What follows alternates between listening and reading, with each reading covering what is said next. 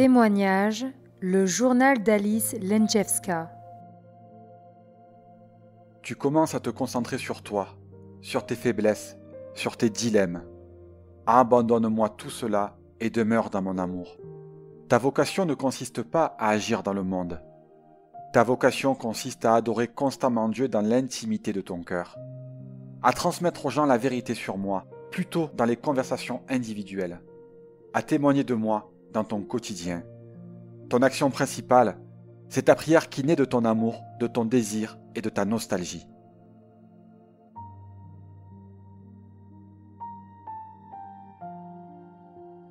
Je suis attaquée par des pensées pleines d'inquiétude et de découragement. Je leur ai donné l'accès à moi à travers mon manque d'amour envers les gens, mon criticisme exagéré et l'expression de certaines de mes prétentions. Père, pardonne-moi. Aide-moi à purifier mon cœur et mon esprit. Je t'ai déjà aidé parce que tu es revenu à moi, pleine de contrition et de confiance. Veille, mon enfant, parce qu'un lion rugissant rôde autour de toi et attend ta faiblesse pour t'attaquer. Prends garde et tiens-toi le plus près possible de moi. Ta confiance et ton amour envers moi te protègent. Sache que tout doute, tout découragement ou toute exaspération viennent de lui. Ils sont constamment envoyés vers toi. Seul ton attachement à moi te protège, parce que mon amour t'entoure comme un blindage. Tandis que ta confiance et ton abandon sont le bouclier par lequel tu repousses chaque frappe du mal. Plus grande est ton union avec moi, plus un grand mal te guette. Tu dois être d'autant plus attentive et vigilante dans tes émotions, tes pensées et tes paroles. Quand le mal commence à toucher ton cœur ou ton esprit, parce que tu t'es découverte imprudemment, viens immédiatement à moi. Seul, tu n'arriveras pas à réparer la fissure dans le blindage de mon amour. Moi seul peux le faire, mais uniquement quand tu te tournes vers moi avec confiance. Souviens-en toi. Moi, je te protège, mais le plus efficacement uniquement quand tu le désires, quand ta confiance et ton amour pour moi sont forts.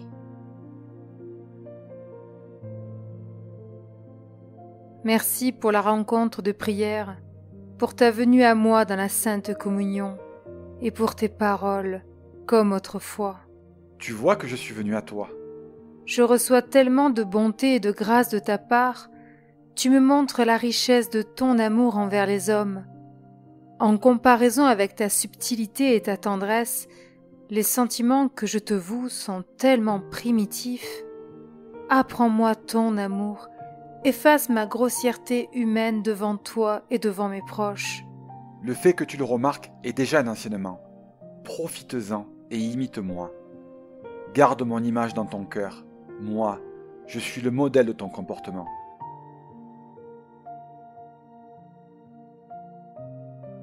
Je voudrais être avec toi là où tu étais le vendredi saint. Si tu le désires vraiment, tu y seras. Tu n'as pas peur ? J'ai peur, mais c'est sans importance. Si tu le désires vraiment, je te préparerai et tu ne seras pas un spectateur, mais un acteur avec moi. Réfléchis quand même et réponds-moi dans quelque temps pour vérifier que tu es sûr de ton désir. Moi, je dois désirer tout ce qui m'unira à toi. Je ne veux pas te connaître uniquement à travers le récit des autres ou à travers ta bonté affectueuse. Je veux te connaître à travers la participation à ton séjour parmi nous sur terre, dans tout ce en quoi consistait ce séjour. Permets-moi aussi d'entreprendre un jeûne jusqu'à 15 heures à cette intention. Sois patiente et prête à me servir, à être avec moi à chaque instant. Tiens-toi prête et attends. J'ai mal en entendant ces joyeux chants et ces applaudissements au sujet de ton sacrifice sur le Golgotha. Eux ne ressentent pas ce qui s'est passé, ou bien ils prononcent ces paroles sans comprendre profondément leur signification. Telle est le plus souvent la foi et sa manifestation par les gens. C'est autre chose que de participer vraiment à ma vie terrestre et de la comprendre. Ne leur en veux pas, leur foi est ainsi pour différentes raisons.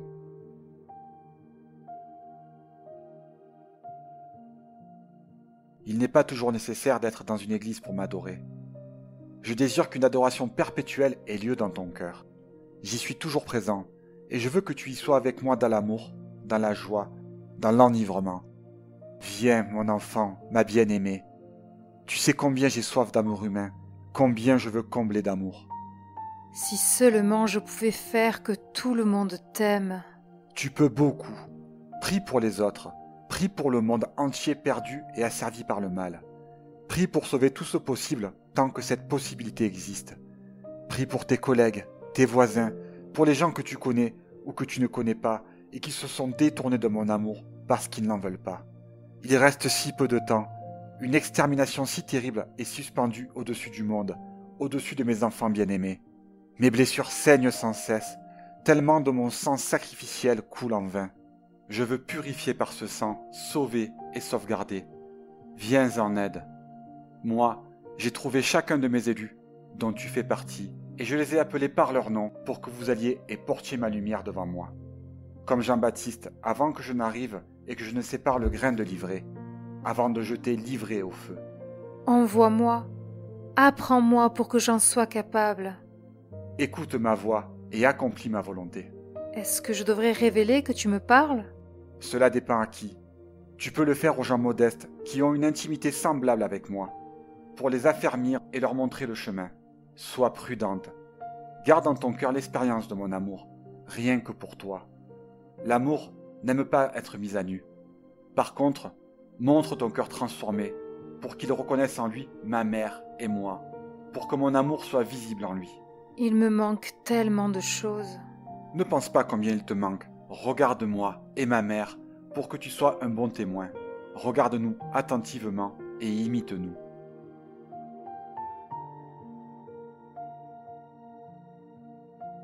Tout dans la vie de chaque homme est une suite d'événements qui découlent de ma préoccupation et de mon amour, en préservant la liberté humaine et le libre arbitre que je lui ai donné.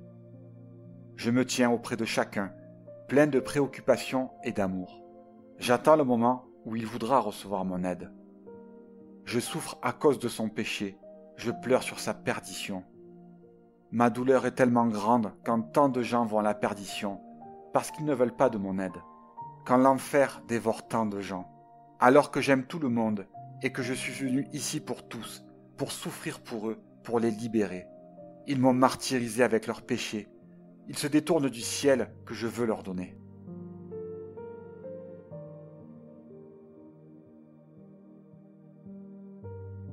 Si quelqu'un ne saisit pas ma main tendue, j'irai vers quelqu'un d'autre avec ce que j'ai dans les mains. Là où était mon don dans ma main, il restera un endroit vide. C'est un vide choisi par l'homme lui-même, mais qu'il n'est pas en état de remplir. Si tu étais avec moi sur la montagne et que tu es descendu en bas à la poursuite d'une illusion, il te sera très difficile de remonter jusqu'en haut. Le chemin qui monte est plus difficile que celui qui descend, ou même impossible s'il est trop raide. Ne regarde pas ce qu'il y a en bas, même si cela fait beaucoup de bruit. Regarde vers le haut, là où se trouve le ciel et la lumière. Que seul attire ta pensée et ton cœur. Ne détache pas ton regard de mon amour, c'est lui le ciel, la lumière et le sommet qui sont devant toi. Quand j'étais à l'église, j'ai compris à un moment. Après la Sainte Messe, il y avait l'exposition du Très Saint Sacrement. Je ressentais la vie en lui. Sa blancheur pulsait d'une clarté au rythme de battement du cœur. Quelque chose a distrait mon attention. J'ai regardé. Jusqu'à la fin de l'adoration, l'hostie n'était plus qu'un morceau blanc, malgré mes efforts pour discerner ce que j'avais vu au début. Jésus, tu m'as illustré ton propos. Mon cœur dans l'hostie pulsait pour toi, et pourtant tu as détaché de lui ton regard. Tu ne sais même pas pourquoi. Je t'ai montré cela pour que tu perfectionnes ton obéissance à mes appels, pour que tu saches être avec moi et t'accrocher à moi de toutes tes forces et de tout ton cœur, comme l'exige le premier et le plus important de mes commandements.